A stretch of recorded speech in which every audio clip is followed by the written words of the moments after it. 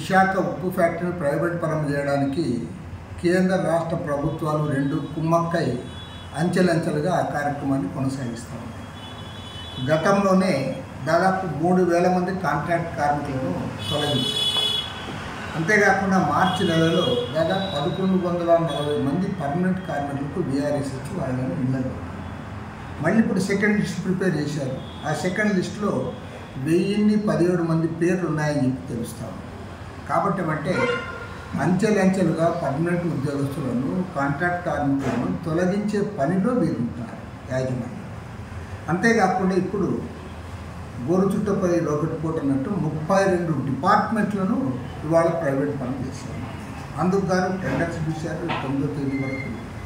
రేపు సెప్టెంబర్ 10వ తేదీ నాడు టెండర్లు ఓపెన్ చేసి ఎవరైతే బిడ్డర్స్ ఉన్నారో వారికి అప్పచెప్పడానికి 32 డిపార్ట్మెంట్స్ వారికి అప్పచెప్పడానికి ప్రయత్నం.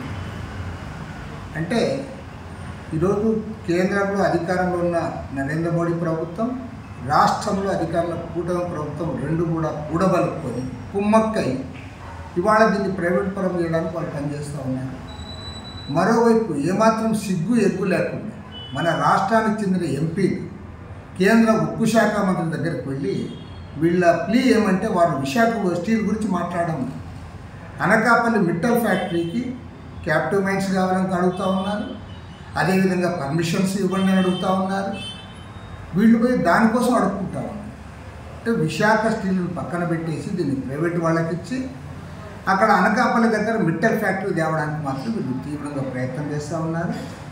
నేను గ్యారంటీ చెప్తా ఉన్నా, మీరు ఇదే పద్ధతిలో వ్యవహరిస్తే చరిత్ర మిమ్మల్ని క్షమించదు. పోరాడి సాధించుకున్న ఫ్యాక్టరీ, తెలుగు ప్రజల ఆత్మగౌరవానికి ప్రతీక, 34 మంది ప్రాణాలు అర్పించి సాధించుకున్నారు. ఇవాళ విశాఖ స్టీల్ అంటే ఒక బ్రాండ్ ఇమేజ్ ఉంది. దాన్ని మీరు ప్రైవేట్ పరం చేస్తారా? ప్రైవేట్ వానికి తైనాతీలుగా వాడికి కుమ్మక్కై వాడితో లాలించి పడతారా? మిట్టల్ గారికి సేవ చేయడానికి మిమ్మల్ని ఎంపీలుగా ఎన్నుకున్నారని నేను అడుగుతాను. నేను చివరిగా ముఖ్యమంత్రి గారికి మాత్రం ఒకటే చెప్తాను. ముఖ్యమంత్రి గారు రాష్ట్రం గురించి అభివృద్ధి గురించి రోజు చెప్తా ఉన్నాడు గంటలు. నేను ముఖ్యమంత్రి గారికి మీరు ఎన్ని అభివృద్ధి కార్యక్రమాలు చేసినా విశాఖ స్టీల్ ఫ్యాక్టరీ ప్రైవేట్ పరం అయితే మాత్రం నేను గ్యారంటీ చెప్తా, తెలుగు ప్రజలు క్షమించరు, చరిత్రహీనులుగా మిగిలిపోతారు. కాబట్టి ముఖ్యమంత్రి గారే ప్రత్యేకంగా చొరవ తీసుకొని ఈ స్టీల్ ఫ్యాక్టరీని కాపాడడానికి ముందుకు రావాలి. తక్షణమే ఆల్ పార్టీ మీటింగ్ పెట్టాలి. కేంద్ర ప్రభుత్వం పైన ఒత్తిడి తేవడానికి పూనుకోవాలని చెప్పి నేను కోరుతాను.